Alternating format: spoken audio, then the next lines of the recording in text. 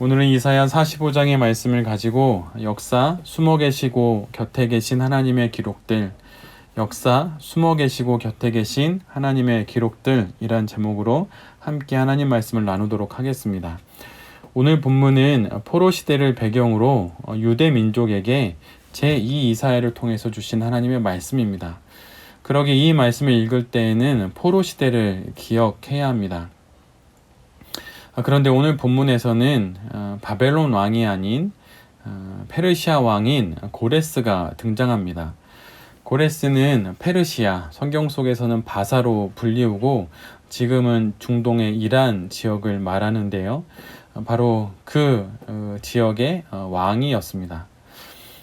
바벨론의 마지막 왕인 벨사살, 우리에게는 다니엘을 기용한 왕으로 기억되고 있는 벨사살 왕으로부터 나라를 빼앗아서 대제국을 세우게 됩니다. 고레스는 원래 고대 도시국가 중 하나인 바사의 왕이었는데 그가 메데라고 하는 강력한 도시국가를 정복하고 29년간 재위하면서 아수르 그리고 바벨론을 정복하고 또 마침내 제국의 영토를 동쪽으로 확장하면서 아시아의 지배자가 됩니다. 주전 609년부터 539년까지 겨우 70년 동안 유지되었던 바벨론과는 달리 페르시아는 바벨론을 이어서 주전 539년부터 333년까지 무려 206년 동안 세계를 제패했던 대제국입니다. 지금이 2020년이니 지금부터 해서 2220년 정도까지 온 나라를 제패했던 그런 제국이 되는 것이죠. 이 대제국의 기초를 닦고 또 대제국의 문을 연 자가 바로 고레스 왕입니다. 그래서 고레스는 페르시아 역사에서 아버지로 또 국부로 불릴 정도로 매우 존경받는 왕입니다. 그리고 그는 이방 민족에 대해서도 아주 온건하고 또 친화적인 정책을 폈던 왕으로 유명한데요.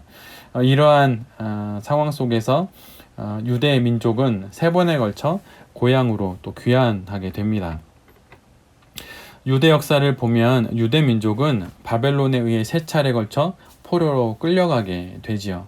반면에 페르시아를 통해서는 주전 537년 총독 수룹바벨을 통해 또 주전 458년 제사장 에스라를 통해 그리고 마지막으로 주전 455년 총독인 느헤미야를 통해 이렇게 3번에 걸쳐서 유대 민족을 본국으로 또 돌려보내게 됩니다. 오늘 본문은 바로 이 부분을 예언하고 있습니다. 선지자를 통하여 하나님께서 말씀하시는 것이죠. 유대 민족을 고향으로 돌아오게 하는 그 일에 오늘의 5절 말씀처럼 하나님을 알지 못하는 고레스 왕을 쓰시게 됩니다. 비록 그가 이방의 왕이었지만 그를 통해서 하나님께서 역사를 쓰고 계신 것이죠. 고레스는 자신이 역사 속에서 어떤 일을 하는지는 잘 몰랐습니다. 하나님을 알지 못했지만 그는 하나님께 쓰임을 받게 됩니다. 그러나 쓰임을 받았다고 해서 그가 하나님과 친하다거나 하나님과 관계되었다는 것은 아닙니다. 역사의 주인이 고레스가 아니라 하나님이라는 사실을 말해주는 것 뿐입니다. 고레스의 통치 행위를 통해 하나님께서 당신의 역사를 만들어 가십니다. 이것을 보라고 하시는 것이죠. 고레스는 제국을 통치하기 위해 일들을 꾸미고 계획합니다. 정복을 하고 다스리죠. 그런데 그 모든 것이 하나님 손 안에 있다는 것입니다. 제국의 통치가 아닌 하나님의 통치가 역사를 이끈다는 사실을 성경은 우리에게 말해줍니다. 하나님께서는 천지를 창조하신 당신께서 인류 역사의 주관자이심을 선포하십니다. 그 역사의 주관자이신 하나님께서 고레스를 통하여 당신께서 원하시는 유대의 역사를 그리고 인류의 역사를 쓰신다 말합니다. 그리고 하나님께서는 당신이 역사 속에 어떻게 자리하고 계신지도 오늘 본문 15절을 통하여서 우리에게 말씀해 주십니다. 구원자 이스라엘의 하나님이여 진실로 주는 스스로 숨어 계시는 하나님이시니이다. 하나님께서는 자신이 역사 속에 숨어 계시다고 말하십니다.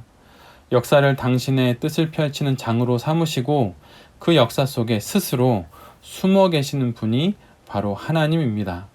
역사를 총지휘하는 감독으로 무대 뒤에 계신 분이 바로 하나님입니다. 인간인 우리는 화려하여서 눈에 띄고 또 힘이 있어 호령하는 제국을 보고 그것들이 역사의 무대를 주름잡는 줄로 압니다. 그러나 성경은 분명히 말합니다. 그것들은 그저 드러나는 것일 뿐 역사를 붙잡고 가야 할 방향으로 이끄시는 분은 바로 하나님입니다. 성경에 등장하는 애굽도, 북이스라엘을 멸망시킨 아수르도, 남유다를 정복한 바벨론도, 또 바벨론을 쓰러뜨린 페르시아도, 그리고 로마까지 모두 이스라엘 앞에, 그리고 우리 앞에 쭉 보여주십니다.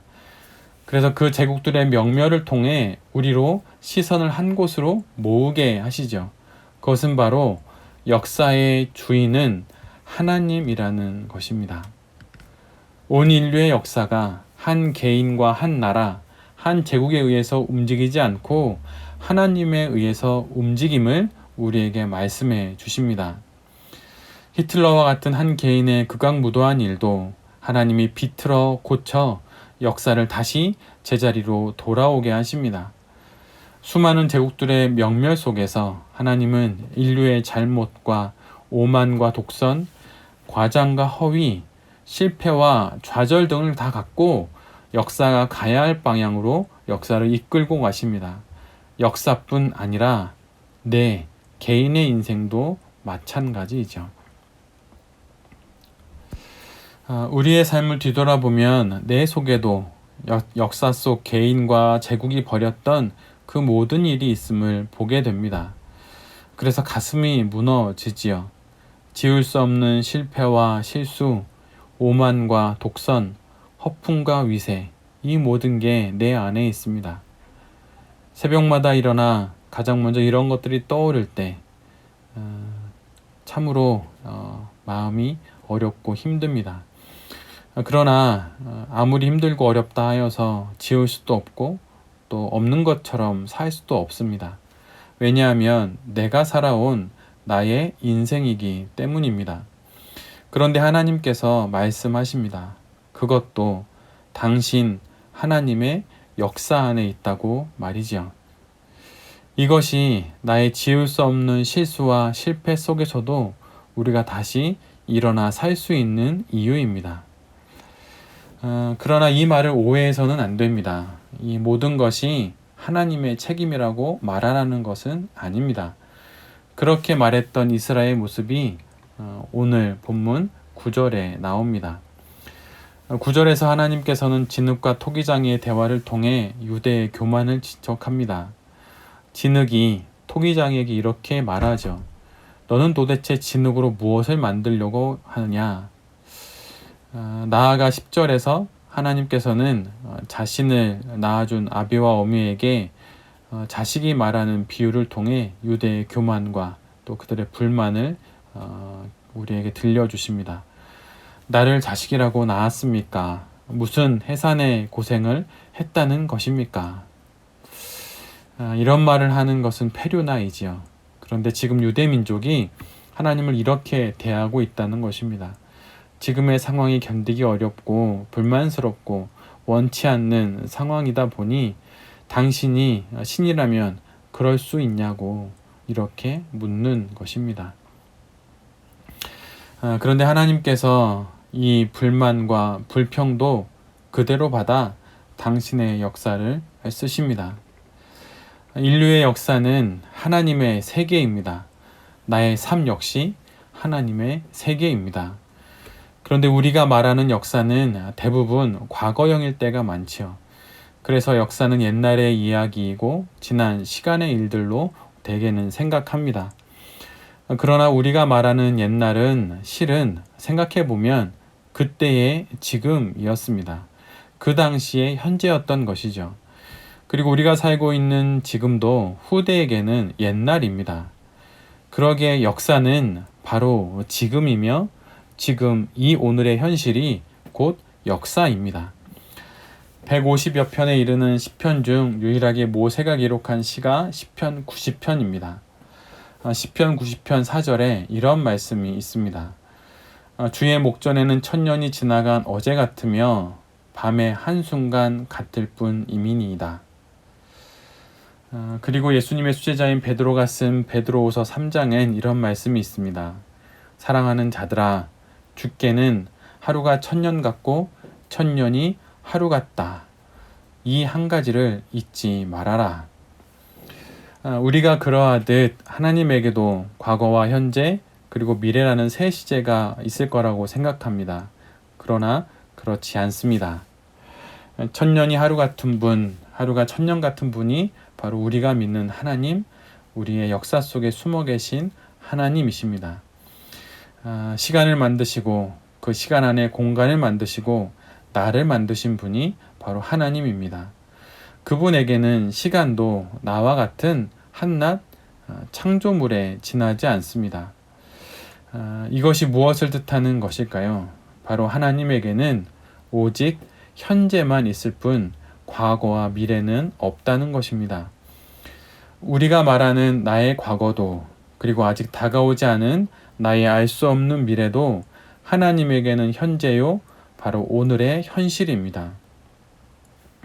그러기에 역사가 하나님의 세계라는 것은 내가 지금 살고 있는 오늘이 바로 하나님께서 당신의 뜻을 드러내시며 펼치시는 그분의 역사의 현장이요, 때라는 것이지요.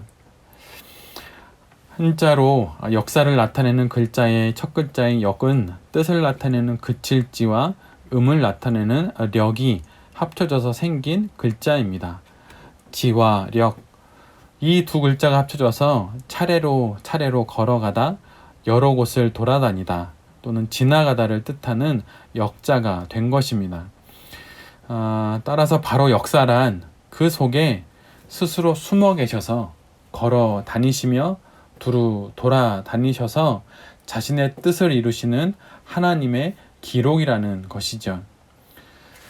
신학자이자 목회자인 유진 피터슨이 쓰고 한국에서는 2005년에 출간된 그의 영성신학의 첫 번째 책인 현실 하나님의 세계라는 책을 보면 그 안에 이런 내용이 있습니다. 사람이 된다는 것은 하나님을 대면한다는 것을 의미하며 하나님이 우리가 일상적으로 경험하는 것들을 사용하셔서 우리 안에서 그리고 이 세상 속에서 그분의 구원 목적을 이루신다는 것을 의미한다. 하나님은 우리의 일상적인 경험들을 사용하셔서 그분의 뜻을 이루어 가십니다. 이것들이 모여 역사가 됩니다. 2600년 전 고레스의 그 일상을 통해 유대민족을 구원하셨던 것처럼 하나님께서 지금도 이 땅의 수많은 사람들의 일상을 통하여서 당신의 역사를 쓰고 계십니다. 바로 오늘이라는 이 현실 속에서 하나님의 뜻을 이루고 계십니다. 유진 피터슨은 또 이런 이야기도 합니다. 성경이 말하는 삶은 우리에게 도덕적 규칙을 제시하면서 여기에 부합하는 삶을 살아라, 또는 교리 체계를 제시하면서 이렇게 생각하고 살면 잘 살 것이다 라고 말하는 것이 아니다. 성경이 말하는 것은 견고한 이 땅 위에서 벌어지는 이야기를 해주며 그 안으로 너희도 들어오라. 이것이 바로 인간이 사는 모습이다. 인간이 되고 인간으로서 성숙해지려면 이러한 일들을 겪어야 한다고 말하며 우리를 초대하는 것이다. 이사야 46장 한가운데 8절에는 이런 말씀이 있습니다. 너희 패역한 자들아, 이 일을 기억하고 장부가 되어라. 바벨론의 명멸을 기록한 46장 한가운데 이스라엘을 향해 이런 명령을 하시는 것입니다. 장부가 되어라. 이 말은 성숙해라, 어른이 되라라 라고 하는 말입니다. 그런데 성숙해지려면 내 삶에 역사 속에 벌어지는 일들에 들어가 참여하고 또 그 모든 것을 겪어야 한다고 유진 피터슨은 우리에게 또 그의 신앙의 지식을 전해줍니다. 기독교는 사상의 종교를 넘어 몸의 종교입니다. 성육신의 종교이지요. 몸을 매개로 하는 진리입니다. 그 진리가 발현되는 장소가 내 자신이고 내 삶의 자리이며 인류의 역사입니다. 성경은 우리를 그렇게 바로 오늘의 이 현실, 하나님의 세계인 오늘의 이 현실로 역사, 그 하나님의 세계로 우리를 초대하고 있습니다. 고레스도 그 초대를 받았고 수룹바벨도, 에스라도, 느헤미야도, 그리고 오늘 본문의 저자인 이사야도 하나님의 그 초대를 받았습니다. 성경을 창세기로부터 해서 요한계시록까지 읽다 보면 거기에는 큰 흐름이 하나 있는데 하나님께서 사람을 세워 당신의 일을 하신다는 것입니다. 아브라함을, 야곱을, 요셉을, 모세를, 그리고 수많은 사사들과 예언자들을, 그리고 신약의 제자들을 하나님은 그렇게 사람을 부르십니다. 우리를 불러 저 멀리 선교지로 보내시는 것이 아니라 우리를 불러 각자가 받은 소명을 따라 역사의 자리인 가정, 직장, 교회, 나라, 열방 이 모든 곳에서 믿음의 선인들과 같이 하나님과 함께 동행하도록 우리를 부르십니다. 그리고 우리를 그 동행 속에 참여케 하시고 겪게 하셔서 마침내 우리를 성숙케 하십니다. 그리고 이 모든 과정을 통해 마땅히 이루어져야 할 역사를 이루어 가십니다. 우리 각자의 삶의 자리는 바로 이런 하나님께서 당신의 뜻을 이루시는 역사의 현장입니다. 내가 살고 있는 가정, 직장, 배우고 있는 학교와 교회, 그 모든 곳이 이 땅을 향한 하나님 역사의 시줄과 날줄이 교차하는 바로 그 지점입니다.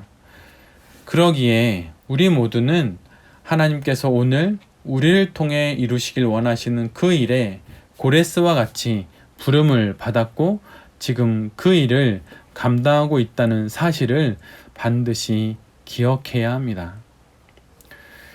조선 후기의 실학 북학자인 이덕무의 아들인 이광규가 그의 책 선고 부군유사에 기록한 아버지에 관한 일화 속 대화의 일부입니다.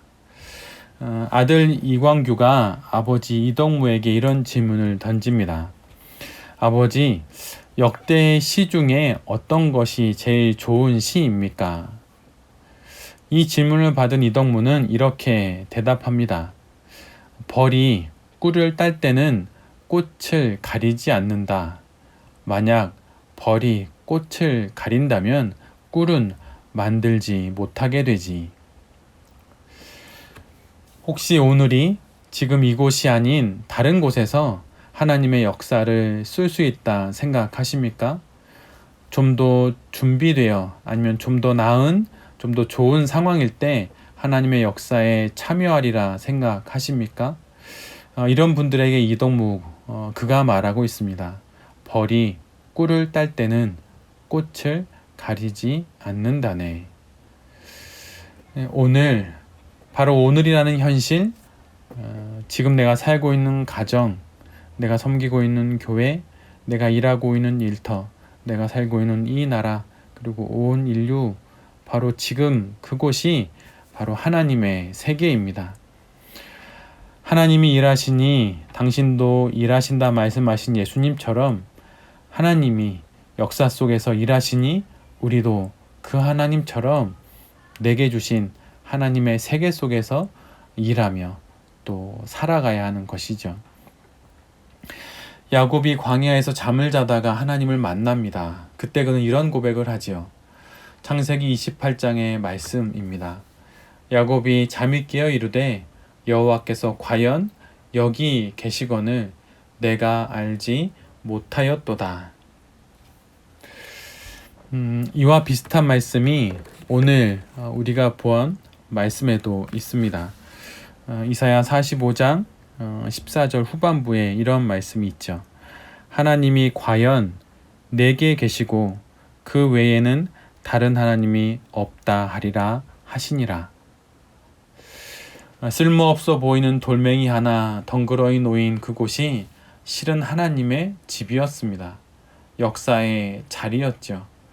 하나님이 지금 그곳에 계십니다. 나 외에 다른 이는 없다 말씀하시는 그 유일한 하나님이 지금 우리 곁에 계십니다. 그 하나님과 함께 역사를 그리고 인생을 써내려 가십시오. 장소를 바꿔달라고 하지 말고 시간을 되돌려 달라고 하지 말고 지금 오직 지금 하나님의 세계인 이곳에서 하나님의 사람으로 살 수 있게 해달라고 다 같이 기도했으면 좋겠습니다. 그럴 때 제국의 명멸 속에서 한 개인의 성공과 실패 속에서 마침내 당신의 역사를 이루신 그 하나님께서 인류의 역사와 내 개인의 역사를 써내려 가실 것입니다. 그리고 마침내 그분의 뜻을 이루실 것입니다. 5월의 중순을 지나고 있습니다. 잠잠해지는 코로나로 5월 중에는 함께 예배를 드릴 수 있지 않을까 했는데 다시 코로나 사태가 확산되고 있는 것 같습니다. 함께 모여 예배할 수 없는 이때 내 신앙을 점검하는 기회로 삼으면 좋겠습니다. 말씀 생활도 또 기도 생활도 뒤돌아보며 나의 신앙과 삶을 처음부터 다시 점검하는 시간으로 삼으시기를 바랍니다. 이 말씀을 듣는 모든 성도님들과 제 자신이 역사, 바로 그것이 숨어 계신 하나님, 내 곁에 계신 하나님의 기록들임을 알고 내게 주어진 삶의 모든 조건들 속에서 성도답게 살아갈 수 있게 되기를 간절히 빕니다. 주님의 은혜와 또 주의 평안이 모든 성도님들께 가득한 한 주가 되기를 간절히 기도드립니다. 주님, 내 삶과 세계가 당신의 일하심의 장소임을 알게 하시니 감사합니다. 내 삶이 이 세상의 역사가 당신 안에 있음을 신뢰합니다. 더 좋은 날과 더 나은 장소를 찾지 않고 지금 여기 이곳에서 당신의 역사에 참여하여 더 성숙한 성도요 사람으로 살게 해 주십시오. 코로나 사태가 좀처럼 사그라들지 않고 있습니다. 이 시간을 나의 신앙을 점검하며 나의 삶을 뒤돌아보는 시간으로 삼게 해 주십시오. 야곱이 광야에서 베델의 하나님을 만났듯 우리도 우리의 인생길에서 지금 그곳에 계신 하나님, 역사의 주인이신 숨어 계신 하나님을 만나게 해 주십시오. 이 모든 말씀 예수 그리스도의 이름으로 기도드립니다. 아멘.